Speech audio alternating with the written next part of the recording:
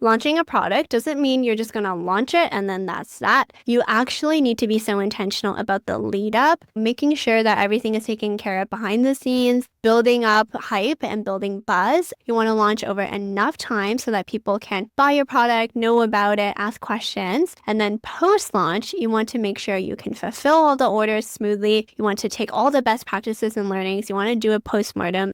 Launching is not just the launch itself. There's so many other things that are involved. And if you want to successfully go to market, whether it's a new product feature, or a new category, it is important you follow the steps that I'm about to overview with you. I find that founders treat launches like a single moment. It's just an Instagram post or a LinkedIn post, but that is such a rookie mistake. A launch without a full-fledged go-to-market strategy is like having a party without sending enough invitations and then no one shows up. I have done go-to-market so many times throughout my career. In corporate, when I was working in a new consumer health division, we were launching a whole suite of new products, and the amount of attention and care and resources dedicated to every single product, when I tell you every single bucket had been checked, every single T had been crossed, I had been dotted, like that is what it takes. Months and months of validating the product, building up the organic social content, building out the paid ads, building out all the partnerships and the referrals, and then having everything in one page. That is what it takes. That is something that I get all of my clients to do as well. Making sure that we have a centralized launch document. We have all of our targets on there. We have all of our KPIs on there. We know what metrics we're tracking during the launch.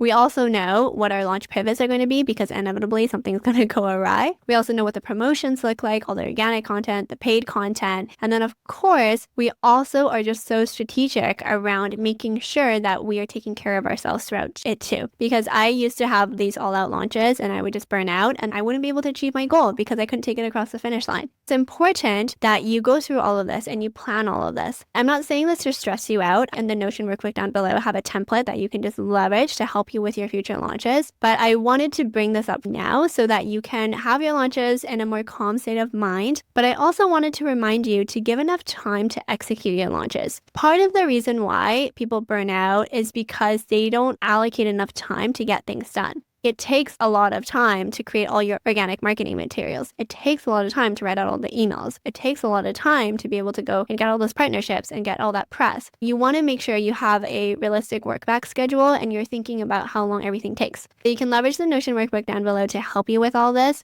But when it comes to go-to-market, you need to have a very solid strategy, and then you need to have enough time to execute, enough manpower and resources to do it. Because this is my bread and butter, this is what I do in corporate and startup land, I have all the resources for you in the Notion workbook. So leverage those. Once you've done that, I'm excited to see you go to market with ease.